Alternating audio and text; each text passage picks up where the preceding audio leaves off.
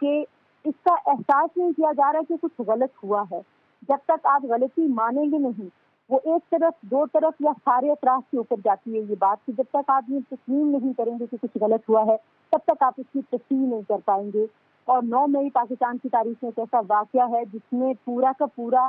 سیاسی سینیریو بھی بدل کے رکھ دیا ہے. وہ فوج جو کہہ رہی تھی کہ ہمیں پولیٹیکل ہو گئے ہیں، بالکل ہمیں سیاسی معاملات میں ہم نے مداخلت نہیں کرنی، وہ بار بار کہہ رہے تھے، ان پہ کسی کو یقین آ رہا تھا نہیں آ رہا تھا لیکن وہ کہہ رہے تھے بار بار. اور پھر پاکستان تحریک انصاف کے رہنما خود یہ کہہ رہے تھے کہ ہاں ہمیں یقین آ رہا ہے کیونکہ اب لوگوں کو فارمز نہیں آتے، اب لوگوں کو ڈرایا دھمکایا نہیں جا رہا. وہ سارا کا سارا سینیریو ریورس کر دیا 9 مئی میں. اور 9 مئی کے بعد فوج کو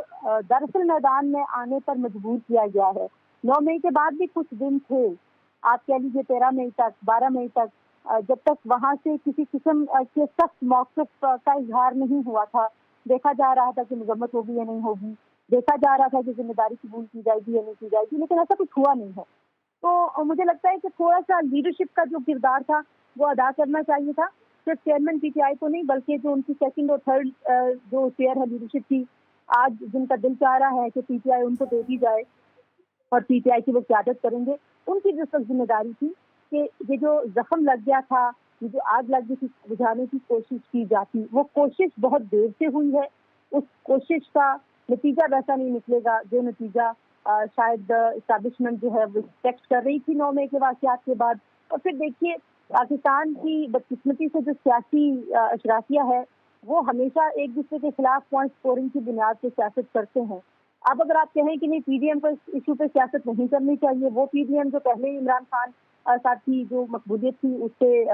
تھوڑی سی وہ گھبرائی ہوئی تھی، اور وہ بار بار یہ چیئرمین پی ٹی آئی یہ دعویٰ بھی کر رہے تھے جس وجہ سے یہ الیکشنز میں نہیں جا رہے کہ میری مقبولیت سے ان کو ڈر ہے، پی ٹی آئی کے پاس اس وقت سب سے زیادہ مقبولیت ہے. تو ایسے میں ان کے ہاتھ میں تو ایک پتہ ایسا آپ نے خود تھما دیا، آپ نے اپنی غلطیوں کی وجہ سے تھمایا ہے کیونکہ انہوں نے 9 مئی نہیں کروایا. 9 مئی پی ٹی آئی کے سپورٹرز نے کیا ہے. کس نے کروایا ہے یہ طے ہو چکا ہوا ہے ایجنسیز کے پاس جو معلومات ہیں، لیکن اس کے اوپر بھی اگر کسی کو شکوک ہیں تو اس کے اوپر مزید انویسٹیگیشن بھی ہونی چاہیے، مکمل تحقیق ہونی چاہیے، شفاف تحقیق ہونی چاہیے. کسی کے اوپر بالکل ایسی تنظیمہ ذمہ داری تحقیقات ایسے تو ہونی بنا کے نہیں چاہیے. ڈالنی میں چاہیے. آپ سے یہ جاننا چاہوں گا کہ تواتر کے ساتھ جو ہے وہ کور کمانڈر کانفرنس کا انعقاد ہوتا رہا ہے، لیکن آج جس موقع کے اوپر جو ہے فارمیشن کمانڈر کانفرنس کا انعقاد کیا گیا، یہ کتنا اہم ہے اور سیاسی حلقوں میں اس فارمیشن کمانڈر کانفرنس کو کیسے دیکھا جا رہا ہوگا؟ دیکھیے افواج پاکستان جو ہیں وہ اگر ہم باجوہ کے جانے کے بعد کے حالات میں جو نئی کمان سنبھالی جناب منیر نے، اس وقت بڑا دباؤ تھا سیاسی طور پر. جس طرح کے حالات جناب باجوہ چھوڑ کے گئے، جو صورتحال بنی ہوئی تھی، اس دباؤ میں انہوں نے بہت ریسٹرین شو کیا ہے.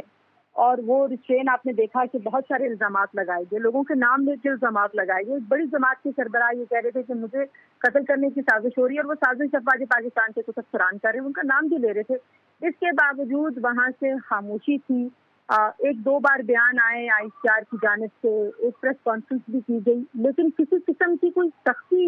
کا اظہار نہیں کیا گیا تھا. تو ظاہری بات ہے ایک دنیا کی ایک بڑی فوج، جس آپ کو پتہ ہے کہ افواج جو ہیں وہ عوام کی سپورٹ کے ساتھ ہمیشہ جنگیں لڑتی ہیں، چاہے وہ دہشت بالکل گردی کے خلاف جنگیں ہوں، چاہے وہ سرحدوں پر محاذ ہوں. لیکن اگر اس عوامی سپورٹ میں ایک نفرت بھر دی جائے، اس عوامی سپورٹ میں جھوٹے بیانیے کی بنا پر پورے ادارے کی کریڈیبلٹی کو سوالیہ نشان بنا دیا جائے، تو یہ تو فوج کو کمزور کرنے کے مترادف ہے. اور جتنا دباؤ تھا، اب آپ دیکھیے اس کا سارا رد عمل ہمیں نظر آ رہا ہے. اور آج جو فارمیشن کمانڈر کی جو کانفرنس ہوئی ہے یہ بھی اسی سلسلے کی کڑی ہے، بہت اہم ہے. سب سے زیادہ جو لوگ کہہ رہے تھے، آپ نے دیکھا کہ جناب منیر بہت خاموش تباہ ہے، ان کے بارے میں لوگ یہی کہتے ہیں، وہ بہت زیادہ بات بھی نہیں کر رہے تھے. لیکن 9 مئی کے بعد ان کو بار بار یہ بات دہرانی اس لیے پڑ رہی ہے کہ فوج کے اندر سے بھی بہت غم و غصہ ہے 9 مئی کے اوپر، باہر سے بھی بہت زیادہ دباؤ ہے. کیونکہ ہم جس طرح کے حالات میں، جس خطے میں ہم رہتے ہیں، وہاں پہ پہلے بھی پاکستان میں بہت ساری ایسی سازشیں بنی جاتی ہیں جہاں پہ جیسے بھارتی ایجنسی ہے را، اس کے ملوث ہونے کے بہت سارے شواہد پہلے بھی ہیں. جی تو ایسے حالات میں اگر آپ یہ اجازت دے دیں کہ کوئی بھی جتھا اٹھے چاہے اس کو کسی نے برگلایا ہو، چاہے اس کو کسی نے بہکایا ہو، چاہے اس کو کسی نے پیسے دیے ہوں، ایک جتھا اس کے جی ایس پی پہ حملہ آور ہو جائے، اس کی اجازت نہیں دی جا سکتی، اور نہ ہی کسی ملک میں اس طرح کی اجازت ہے۔ ہمارے سامنے کیپٹل ہل کا واقعہ ہے، آپ دیکھیں 1000 سے زائد وہاں پہ گرفتاریاں ہوئی ہیں، اور وہاں پہ یہ بحث نہیں ہوتی